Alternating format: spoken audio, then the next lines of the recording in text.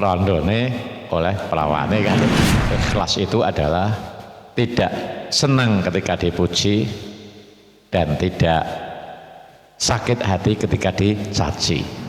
Kulinakno ucapanmu podo karo atimu. Jelek kita ini karena nafsu kita. Wong apik ya diapiki, wong elek ya diapiki. Assalamualaikum warahmatullahi wabarakatuh. Bismillah, alhamdulillah, wassalatu wassalamu ala rasulillah. Like and subscribe gratis, ben tambah semangat. Suwun ya. Innaka antal alimul hakim. Amma ba'du. Ashabal fadilah, para kiai, para sesepuh bini sepuh, segenap jamaah muhasabah Jumat pagi rahimakumullah. Kita lanjutkan kajian kita tentang hal yang bisa mentajamkan pandangan hati. Pagi hari ini adalah kita selalu menyandarkan diri kita kepada Allah. Jangan sekali-kali kita menyandarkan diri kepada makhluk. Orang yang selalu menyandarkan dirinya pada makhluk, maka tidak akan pernah memperoleh kekuatan pandangan mata hati. Sulit Pak ya, terjemahnya kan sulit. Orang yang tidak menyandarkan dirinya hanya kepada Allah, maka tidak akan pernah memperoleh kekuatan pandangan mata hati. Orang kalau selalu bisa menyadarkan diri kita kepada Allah, maka akan merasa merdeka. Tapi kalau kita ini menyandarkan selain Allah, kita akan selalu merasa kita terikat, terbelenggu. Mau ada apa-apa, nanti dikatakan orang begini. Mau gini, nanti dikatakan begini. Terbelenggu. Tapi kalau kita ini hanya karena menyandarkan diri kepada Allah, kita menjadi orang yang merdeka. Kita akan masih ingat, ikhlas itu adalah tidak senang ketika dipuji dan tidak sakit hati ketika dicaci. Karena alhamdulillah, pujian hanya milik Allah. Manusia tidak punya hak untuk dipuji. Enak, kita bisa merdeka. Kemudian kita itu yang susah itu melaksanakan dawuhnya Pondok Peta itu ya, kulinakno cangkemmu ucapanmu karo atimu. Kulinakno ucapanmu podo karo atimu. Sederhana tapi susah. Contoh aja, kita ini kan sudah hafal dengan kalimat hauqolah. Hauqolah itu la haula wala quwata illa billah. Mestinya kalau kita ini merasa tidak punya kekuatan apapun kecuali izin Allah. Kalau kita nuturi anak kita ini dituturi tetap benda, umpama aja begitu. Sakit apa benda? Keliru kan itu. Ucapan kita kan kita tidak punya kekuatan apa-apa. Kalau kita menasihati seseorang, baik anak maupun istri maupun jamaah kita, nasihat kita tidak dipakai, itu kalau kita merasa kenal hati kita ini dongkol, berarti kita ini tidak konsisten dengan ucapan kita la haula wala quwata illa billah. Kalau kita ini berusaha, baik perdagangan, pertanian dan sebagainya, usaha kita ini gagal, ngeluh apa enggak? Ngeluh. Kalau ngeluh berarti kita belum bisa menyesuaikan ucapan kita dengan hati kita. Semuanya ini yang tidak punya kekuatan apa-apa kok kita ngeluh. kita ngeluh, berarti kita ini belum bisa menerapkan kulinakno ucapanmu karo hatimu. Yang sering kalau kita itu nuturi wong kok cek bandel wae pasti dongkol. Kalau dongkol berarti itu kita sombong. Kita masih merasa diri kita ini ada. Kita harus ingat innaka la tahdi man ahbabta walakinallahu yahdi may yasha. Sesungguhnya kaum Muhammad tidak bisa memberi petunjuk kepada orang yang kau cintai. Tapi yang memberi petunjuk adalah Allah memberi petunjuk pada yang dikehendaki. Maka ketika Abu Thalib tidak taat, tidak masuk Islam, itu adalah bukan Abu Thalibnya ini yang tidak taat, atau bukan potensinya. Memang diciptakan oleh Allah seperti itu untuk pelajaran kita semua. Pamannya sendiri yang mengasuhnya juga tidak ditaati. Sehingga kalau kita ini melakukan dakwah ini, di antara teman-teman kita ini semuanya ada yang dablek, ya wis dibaca nol. La haula wala quwata illa billah. Wis dibandani, wis diapakno, kok gak konsisten, ya la haula wala quwata illa billah. Enak tau berarti? Enak. Tapi kalau kita ini ngerundel, wis duwe orang balik, ora ono hasile, ora ono hasile. La haula wala quwata illa billah ini kalau dalam hadis Rasulullah, di sini ada hadisnya tadi, adalah ucapan yang dari Aras. Di bukunya Mbah Jamal itu diceritakan pada zaman Khalifah Al-Ma'mun. Khalifah Al-Ma'mun adalah pemerintah di Bani Abbasiyah apa Umayyah Pak Long? Khalifah Al-Ma'mun Abbasiyah ya, berarti ya ini Pak Ayah Kasturi hafal ini Bu. Itu ada seorang yang punya hutang, Nggak tahu di situ, nggak dijelaskan punya hutang pada pemerintah atau hutang pada pribadi Khalifah Al-Ma'mun. Lalu Khalifah Al-Ma'mun ini memerintahkan prajuritnya untuk menangkap orang itu. Maka dijemputlah orang ini oleh prajuritnya tadi pakai kuda. Saya ceritakan bukunya pakai kuda, ya Pak Asal tersebut pakai kuda. Mungkin waktu itu belum ada mobil listrik kan. Orang di sini aja kan baru mau ada. Yang sudah punya Pak Imam ini. Pakai kuda. Ketemu orang itu. Kemudian digonseknya dalam satu kuda. Dalam perjalanan orang ini agamanya Nasrani, bukan orang Islam. Ketemu orang yang mangkul rumput. Ya, zaman itu juga ada orang ngarit ya. Daulatannya Abbasiyah ini kan di Irak ya. Irak ya Pak Tam ya, pusatnya di Irak. Ketemu orang ngarit. Orang ngarit itu rumputnya disunggi. Ketika rumputnya itu miring ke kiri, yang diucapkan la haula wala quwata illa billah. Kalau ketika miring kanan, yang diucapkan juga la haula wala quwata illa billah. Lah orang Nasrani tadi selalu menirukan apa yang diucapkan oleh orang ngarit tadi. Yang diucapkan ya la haula wala quwata illa billah. La haula wala quwata illa billah. Ditanya orang ini oleh prajuritnya Khalifah Al-Ma'mun tadi, kamu ini tidak muslim kok selalu mengucapkan la haula wala quwata illa billah. Apa jawabannya? Saya memperoleh kalimat la haula wala quwata illa billah. Ini adalah pelajaran langsung dari malaikat.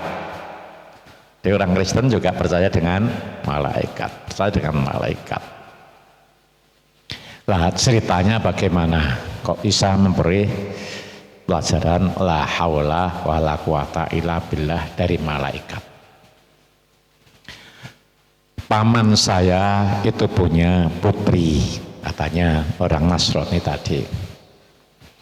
Kemudian saya melamar putrinya paman saya, ditolak.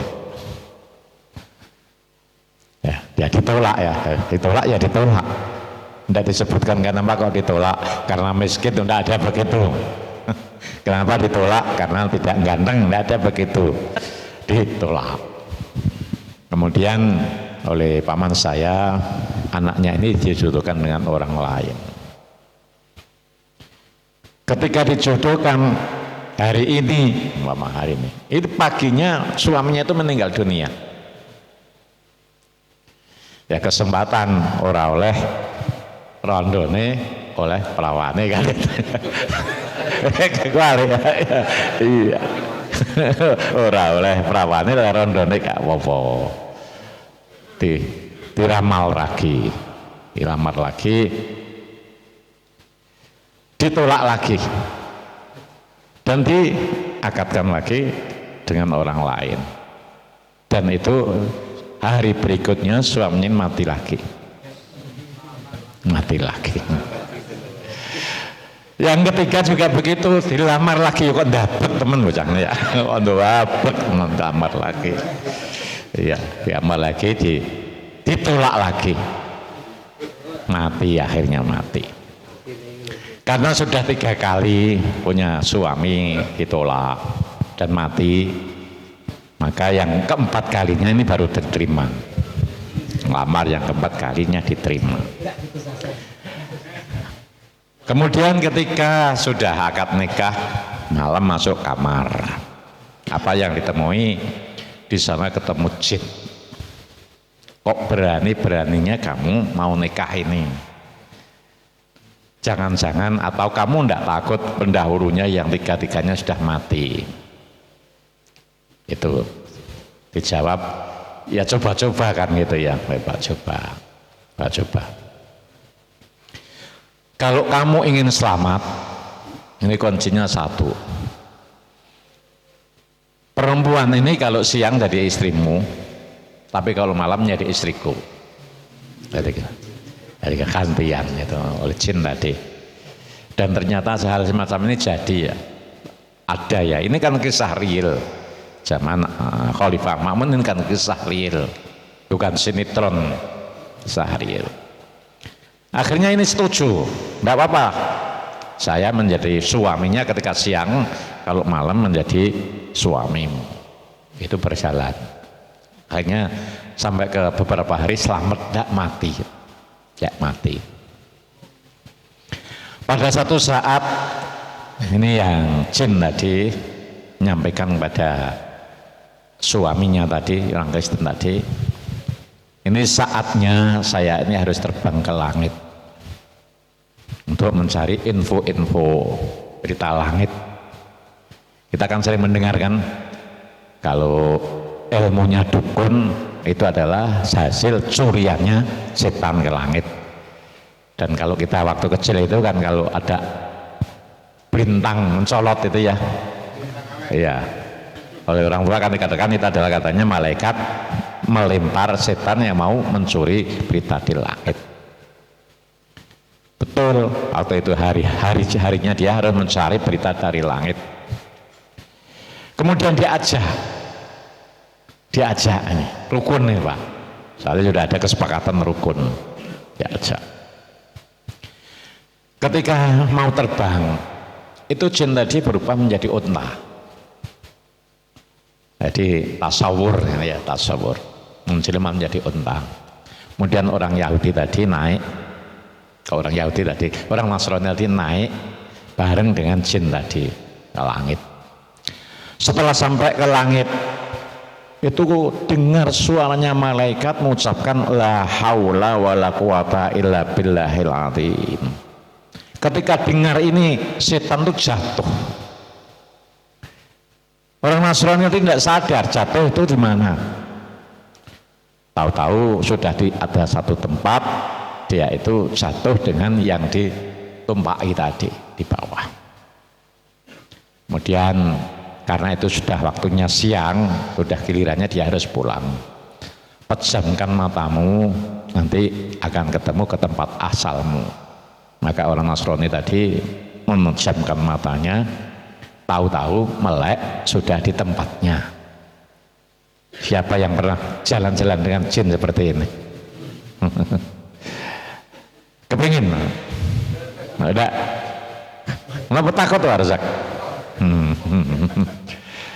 Mbah Hanu enggak takut dulu, Mbah Jabar enggak takut, Mbah Sunaji juga enggak takut. Banyaklah orang-orang yang saat orang kini ya, aslinya orang-orang kita, orang-orang Jawa yang bisa seperti itu. Ketika di situ sampai ketemu istrinya, dia itu kan sudah dapat ilmu bahwa pengapesannya setan itu adalah dengan ucapan la haula wala quwata illa billah. Meskipun nanti malam itu adalah gilirannya jin, tapi saya akan bermalam di sini. Ya, nantang dia itu. Tolong tutup semua pintunya. Kalau suamimu yang jin sudah masuk, jangan ada lubang ini yang tidak tertutup. Saya bayangkan berarti rumahnya itu seperti rumah saya dulu itu ya. Kalau ada lubangnya kan, kalau rumah tidak sesek kan rumah gedek kan gitu ya. Ditutupi semua. Kalau tembok kan tidak ada yang lubangnya, ditutupi semua. Datanglah jin malam untuk gilirannya. Nah di situ orang ini langsung mengucapkan la haula wala quwata illa billah. Ilmu sing dek nyolong tadi loh. Apa yang terjadi? Ternyata oleng, jin oleng. Dibacakan terus la haula jin itu kelihatan atau setan kelihatan sedang dibakar api yang api. Kemudian pada akhirnya karena sudah tidak bisa keluar dari tempat lubangnya, setan tadi habis kebakar api. Ini yang bisa saya sampaikan, bahwa kalau kita melawan setan itu gampang. Yang berat kita ini melawan nafsu kita. Kadang-kadang sedikit-sedikit kena setan kan gitu. Padahal itu kan nafsu kita nih. Jadi kalau setan itu dibacakan la haula wala quwata illa billah, wis hilang Pak, hilang. Tapi kalau nafsu ndak bisa dibacakan apa wae ya nafsu ini yang kita perlu mujahadah itu. Kita perlu mujahadah melawan nafsu ini. Jadi kalau kita itu jelek, jangan sekali-kali itu mencari kambing hitam. Jelek kita ini karena nafsu kita. Nafsu kita ini belum bisa mengendalikan. Kemudian sekarang hidup happy, saingannya sudah tidak ada, tinggal dia dengan istrinya tadi. Kemudian melanjutkan perjalanannya, ketemu Khalifah Al-Ma'mun. Ketika ketemu Khalifah Al-Ma'mun, ini orangnya sudah datang ke sini. Prajurit yang diperintahkan ini menceritakan orang ini begini. Yang pada prinsipnya dia dapat kalimah hauqolah itu ya. Hauqolah itu adalah ajaran langsung dari malaikat. Lah kamu bukan orang Islam, kok percaya dengan itu ya, orang Islam itu percaya. Akhirnya oleh Khalifah Al-Ma'mun hutangnya dibebaskan, malah disangoni. Lah sejak itulah orang itu akhirnya masuk Islam. Dengan kebaikannya khalifah dan bebannya hilang, dia taslim masuk Islam. Ini yang kita bahas kemarin itu, wong apik ya diapiki, wong elek ya diapiki. Kalau kita itu bisa membaiki orang yang jelek, orang itu akan kembali ikut pada kita. Itu yang kita bahas pagi hari ini. Kurang punya maaf. Wallahu muwaffiq ila thoriq. Assalamualaikum warahmatullahi wabarakatuh. Waalaikumsalam warahmatullahi